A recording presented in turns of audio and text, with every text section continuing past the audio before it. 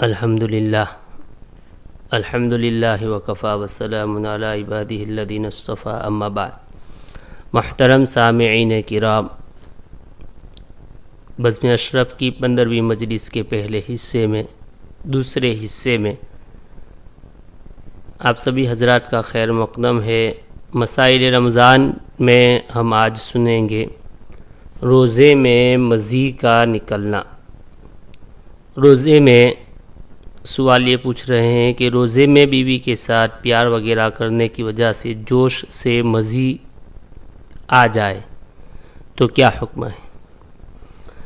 جواب اس کا یہ ہے کہ پیار وغیرہ کی وجہ سے جو پانی نکلتا ہے اس کو مزی کہتے ہیں۔ اس سے روزے میں کوئی نقصان نہیں آتا۔ پیار وغیرہ کی وجہ سے جو پانی نکلتا ہے اس کو مزی کہتے ہیں۔ مرد اور عورت کا آپس میں ملاعبت کرنا،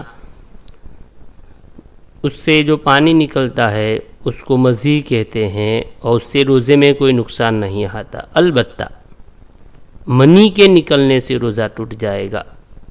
اگر روزہ رکھنے میں اور روزہ رکھتے ہوئے اس کو یہ خطرہ ہے کہ منی نکل جائے گا روزے کی حالت میں، تو اس صورت میں اس کا یہ فعل مکروہ تحریمی ہے۔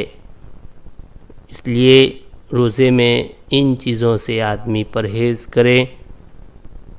مشائخ نے اور صوفیاء نے یہ بھی لکھا ہے کہ اپنی عورت پر شہوت کی نظر سے دیکھنا یہ بھی روزے کے مقصد کے خلاف ہے، اس لیے اس سے بچا جائے اور احتراز کرے روزے کی حالت میں۔ آگے یہ ہے کہ روزے کی حالت میں محض دیکھنے سے انزال ہو جائے تو کیا حکم ہے؟ محض دیکھنے سے یا تصور کرنے سے، خیال کرنے سے انزال ہو گیا، یعنی منی نکل آئی، اور یہ غیر ارادی طور پر ہو تو روزہ نہیں ٹوٹا، جیسا کہ احتلام سے ہوتا ہے کہ احتلام ہو جانے کی وجہ سے روزہ نہیں ٹوٹتا۔ مثال کے طور پر کسی شخص کو محض شہوت انگیز چیز کے دیکھنے سے یا سوچنے سے کمزوری کی وجہ سے انزال ہو جائے تو اس سے روزہ نہیں ٹوٹتا۔ سونے کی حالت میں منی کے خارج ہونے سے، جس کو احتلام کہتے ہیں، اگرچہ بغیر غسل کیے ہوئے روزہ رکھے روزہ فاسد نہ ہوگا۔ اسی طرح اگر کسی عورت کے خاص حصے کو دیکھنے سے یا صرف کسی بات کا دل میں خیال کرنے سے منی خارج ہو جائے تب بھی روزہ فاسد نہیں ہوتا۔ ہاں، اگر وہ مشت زنی کرتا ہے تو اس صورت میں اس کا حکم دوسرا ہے، جو انشاءاللہ دوسری مجلس میں اس کو ذکر کیا جائے گا۔ تو یہ چیزیں آدمی روزے کی حالت میں احتراز کریں۔ ایک مسئلہ یہ بھی ہے کہ آج کے روزے کی نیت اس نے کر لی، پھر اس پر غسل واجب ہو گیا، صبح آنکھ تاخیر سے کھلی اور روزہ رکھ لیا، تو فرماتے ہیں کہ اس صورت میں کوئی حرج نہیں ہے۔